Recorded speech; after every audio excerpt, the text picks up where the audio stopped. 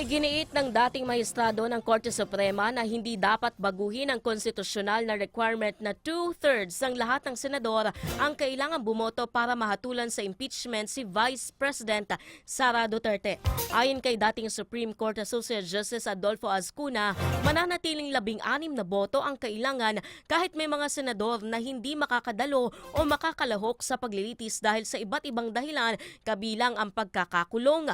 Pero nagbigay siya ng posibleng exemption sa kaso ni Senator Ronald Bato de la Rosa na kasalukuyang nagtatago matapos maglabas ng warrant of arrest ang International Criminal Court. Ayon kay Azcuna, kung idedeklarang pugante na si de la Rosa, maaari umanong ituring ito bilang constructive resignation dahil ang pag-iwas sa sistema ng batas ay maaaring mga hulugang tinalikuran na rin niya ang kanyang pagiging bahagi nito. Sakaling magkaroon ng deklarasyon, mababawasan sa 23 ang kabuang bilang ng mga senador at ang 2/3 sa boto ay magiging 15 na lamang.